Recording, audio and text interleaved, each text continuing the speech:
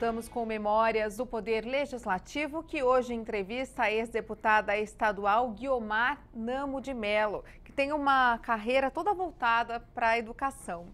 A gente estava contando, então, no primeiro bloco, como é que foi o envolvimento, né, da senhora com essas questões. Quando é que recebeu um convite para falar? Vai assumir um cargo e eu quero que essa responsabilidade seja sua? Bem, nós participávamos dentro do PMDB, então PMDB, de vários grupos de discussão. E havia um grupo onde estava muito presente o Mário Covas, que naquela época, antes mesmo dele ter reassumido seus direitos políticos. Nós nos encontrávamos, a ligação com o Mário Covas vinha através do então meu marido, que era santista, e do amigo dele, Arnaldo Madeira, que está aí até hoje, que foi um político muito importante ao longo desses últimos anos. E nós participávamos intensamente de um debate sobre como conduzir o processo de abertura política, né? E o que fazer quando essa abertura política acontecesse. Isso nos envolveu diretamente em processos eleitorais, mesmo dentro do PMDB. Quer dizer, eu trabalhei para vários candidatos do PMDB, por exemplo, o Alberto Goldman era um candidato, foi um político para quem eu trabalhei várias vezes. Naquela época tinha um outro político, Antônio Resch, que também, e vários outros políticos conhecidos do Mário, etc. O Mário assumiu os direitos políticos, ele se tornou o líder desse grupo, né? Naturalmente. E aí ocorreu a eleição estadual, a primeira eleição direta estadual, e onde eu coordenei a discussão do programa de educação do Franco Montoro.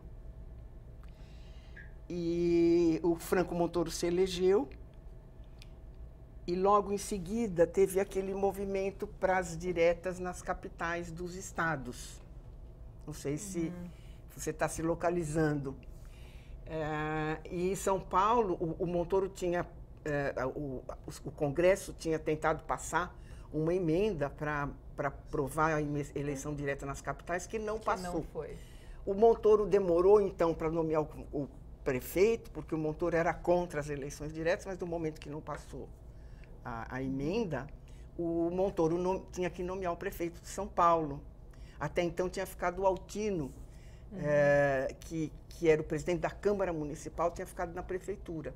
E eu fui convidada, o Mário Covas me indicou para ser a secretária de Educação. Secretária municipal. Municipal. E eu fiquei, então, ainda na gestão do Altino, e depois, quando o Montoro teve que indicar o prefeito, ele indicou o Mário Covas, que tinha ido primeiro para a Secretaria dos Transportes, e depois ele foi para a Prefeitura de São Paulo. E lá eu fiquei com ele até o fim. A senhora assumiu em 82, por aí, vê se eu estou perdida no tempo. 82. Foi, 82. Eu fiquei até a eleição direta, que aí ocorreu a eleição direta, 85, que foi quando o Fernando Henrique foi candidato. E o Jânio Quadros, que foi uma derrota, assim, nesse intervalo. Não, foi... Já estou com dificuldade de me lembrar, mas, enfim, teve uma derrota para o Jânio Quadros, que foi uma derrota terrível, né? E depois teve um movimento para fundar o PSDB.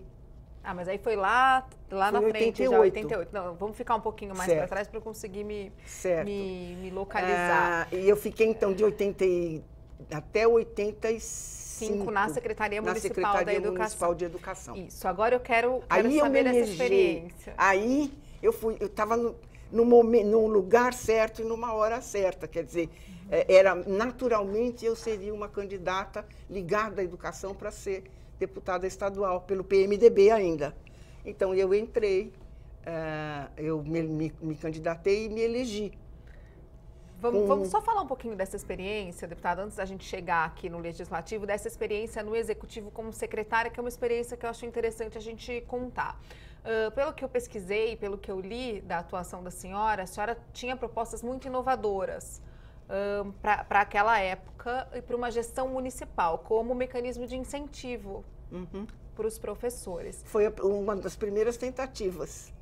que era mecanismo de incentivo? Não, era, basicamente a gente tentou mudar a carreira do professor, não era o incentivo direito como a gente atualmente já sabe bem como ele deveria ser, mas nós tentamos mudar a carreira de modo que o professor pudesse chegar com o mesmo salário do diretor sem sair da sala de aula. Porque havia, vários estados e municípios, sempre há este problema do professor só poder melhorar salarialmente se ele sai da sala de aula. Se ele vira diretor, por exemplo? Se ele vira diretor ou supervisor. E a nossa ideia era de mantê-lo, não é? Então, essa foi uma tentativa. A outra tentativa foi de dar um incentivo para quem não faltasse. Porque falta de professor é um dos grandes problemas que existem nas escolas públicas. Né? O aprendizado é um problema muito grande. Muito sério. E várias coisas que nós começamos a fazer nesse momento, ainda sob a ditadura, eram propostas que depois elas foram sendo polidas, elas foram sendo retomadas e elas influenciaram, até o momento da LDB, elas influenciaram, como, por exemplo, a gestão democrática, que seria a participação dos pais na eleição do diretor, que a gente não quis fazer uma eleição direta de diretor, porque nós éramos contrários, sempre fomos, mas a gente fez um processo colegiado de ter um conselho na escola e do conselho indicar 3 nomes a partir das propostas que esses nomes apresentassem, e aí a secretaria nomeava um dos 3.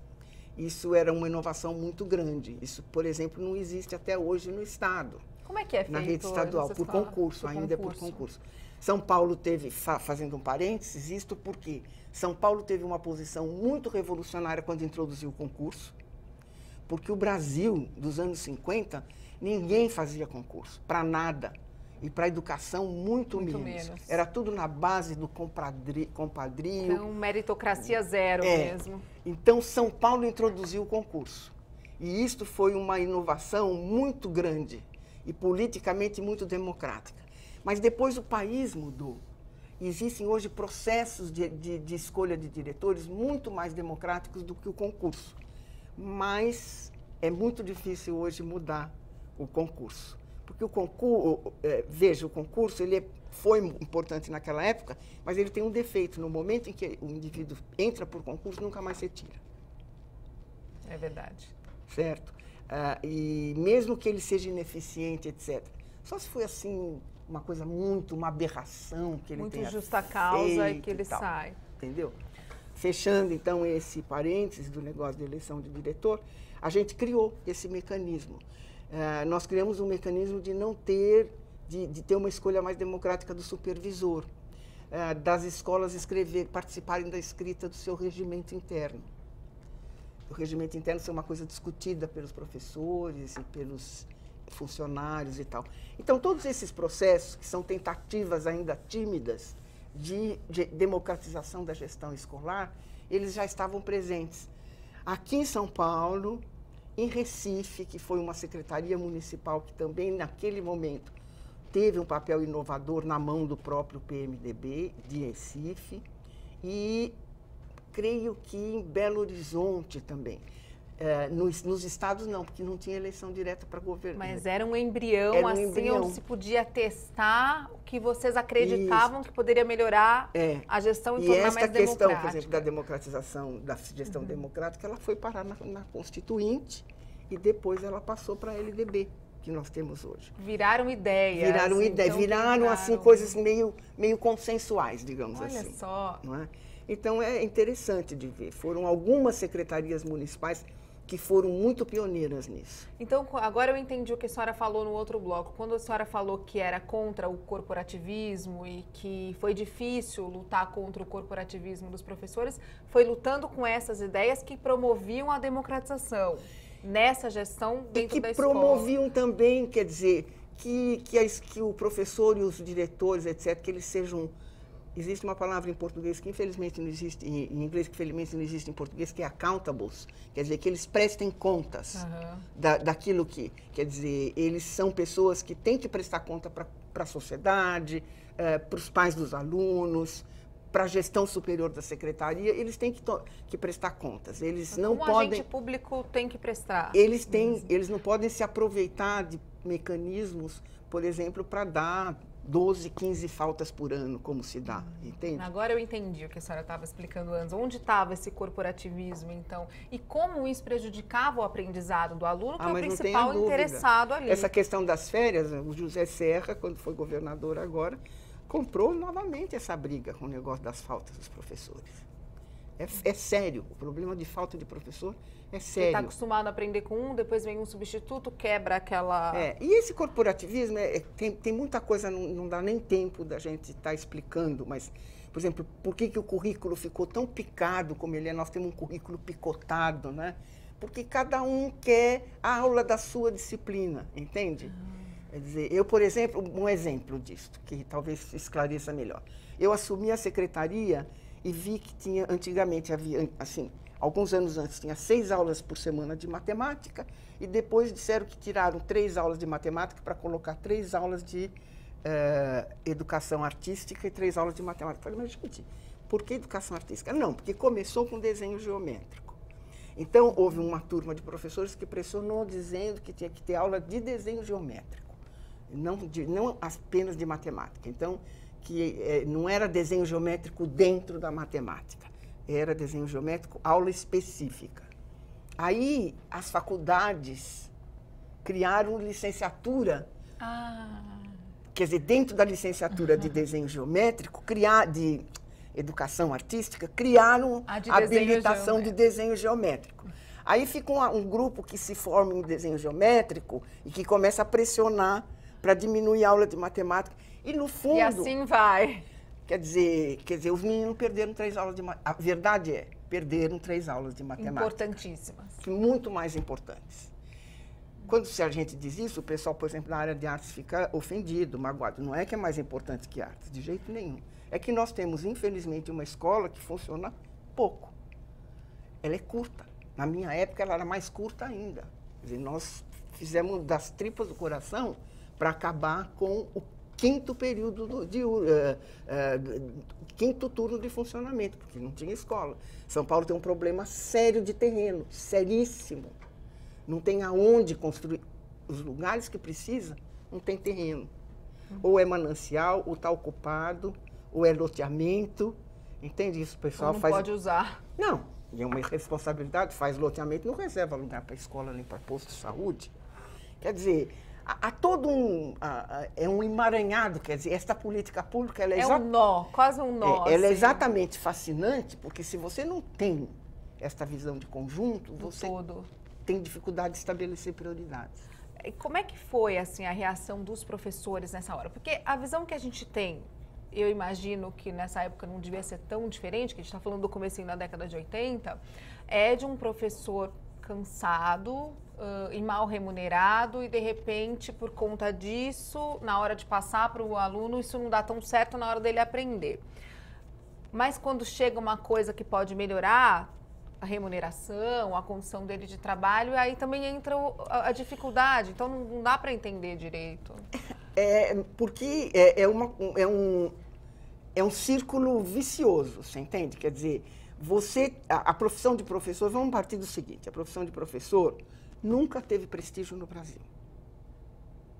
É que nós somos suficientemente cínicos, quando eu digo nós, sociedade brasileira, para fazer o discurso da valorização do professor. Você já ouviu algum discurso de valorização do engenheiro? Nunca. Do médico? Nem do médico. Por que tem que ter uma profissão? Porque existe uma profissão que a primeira coisa que todo mundo fala dela é da valorização, porque provavelmente ela é desvalorizada, certo? Existe uma pesquisa mundial que aplica um índice sobre prestígio da profissão de professor no mundo. A última foi feita em 36 países. O país onde o professor tem mais prestígio é a China. Depois, alguns países asiáticos.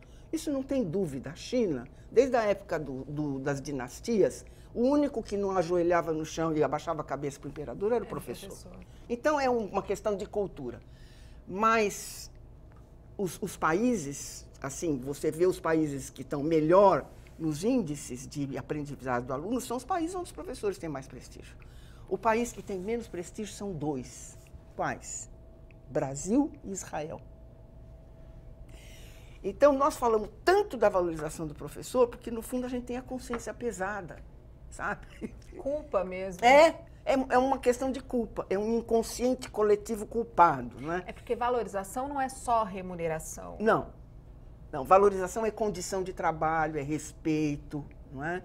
É você ter um currículo que permita ao professor não ficar pulando de escola em escola durante a semana. É você ter uma escola que acolhe, que tem espaço para ele estudar, você ter horário para ele estudar, coisa que agora tem, não tenha dúvida, isso foi uma conquista importante. Aí você consegue uma conquista, por exemplo, de ter horário para o professor estudar. Aí você descobre, quando você vai lá na escola, que esse horário está sendo mal usado. Entende? Então, essa coisa vai... Quer dizer, porque ele é mal remunerado, ele acha que ele pode faltar. E isso é um... Porque ele já se sente desvalorizado, porque desvalorizado. Ninguém valoriza, ele também acha que também então, não assim, precisa fazer importante por onde, valorizar,